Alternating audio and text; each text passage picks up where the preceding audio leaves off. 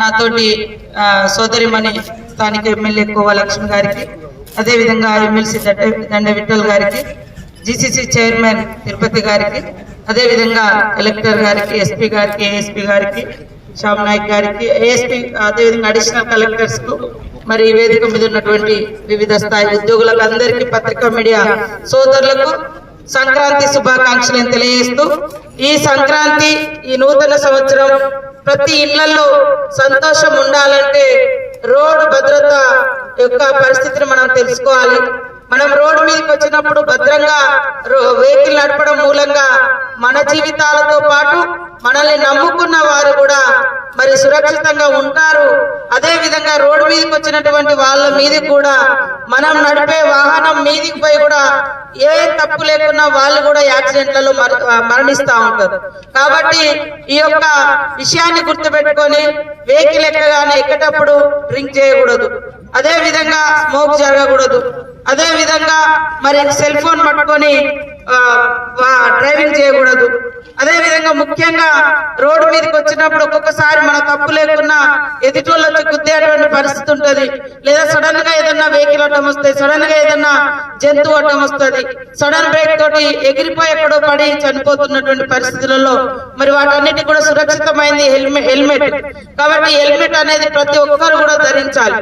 మనం 1000 రూపాయలు ఖర్చు పెడతాం సాయంత్రం డిన్నర్లకో లేకుంటే బీర్లకో బార్లకో, కానీ మన బతుకును సురక్షితంగా ఉంచుకోవడం కోసం మాత్రం ఒక హెల్మెట్ కోసం మనము ఖర్చు పెట్టలేకపోతున్నాం. కాబట్టి దయచేసి ప్రతి ఒక్కరు కూడా రోడ్డు మీదకి బైక్ తో వచ్చిరంటే హెల్మెట్ లేకుండా రాకూడదు. అది మన భద్రత, మనకు అవసరం, మన ప్రాణ రక్షణ.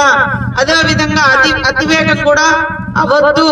అతివేగం కూడా ఖచ్చితంగా మనం 1 గంట ముందు బయలుదేరినా పర్వాలేదు, కానీ అతివేగం కూడా మన ప్రాణంతో పాటు మనం వేగంగా పోతుంటే మన వెహికల్స్ కు ఇతరుల ప్రాణాలు కూడా బలయ్యేటువంటి పరిస్థితి ఉంటుంది. కాబట్టి ఈ భద్రత మరి జాతీయ రోడ్డు భద్రతా మహోత్సవాల సందర్భంగా సడక్ రక్షణ అభియాన్ యాత్రను ఈ రోజు మనము ప్రారంభించుకోవడం చాలా సంతోషం. ప్రతి ఒక్కరు కూడా ఈ ప్రోగ్రామ్ లో పాల్గొని మరి రోడ్డు భద్రత వాళ్ళు వేసినటువంటి కరపత్రంలో వివిధ అంశాలు దాదాపుగా 27 ఉన్నాయి.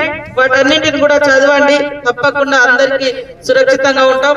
కలెక్టర్ గారు ఇందాక చెప్పారు, దాదాపుగా ఈ జిల్లాలో 200 మంది 213 మంది గత సంవత్సరం నుంచి, అంటే లాస్ట్ ఇయర్ మొత్తం చనిపోయారు.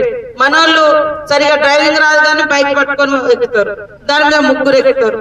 తర్వాత మరి ఎక్కడెక్కడనే ట్రాఫిక్ రూల్స్ తెలియదు, ఇట్లాంటి ఇబ్బందులు ఉన్నాయి. కాబట్టి అవన్నీ కూడా నేర్చుకోవాలి, డ్రైవింగ్ చక్కగా రావాలి, హెల్మెట్ ధరించాలి, బైక్ మీద 2 కంటే ఎక్కువ ఉండకూడదు, ఇవన్నీ కూడా పాటించాలి.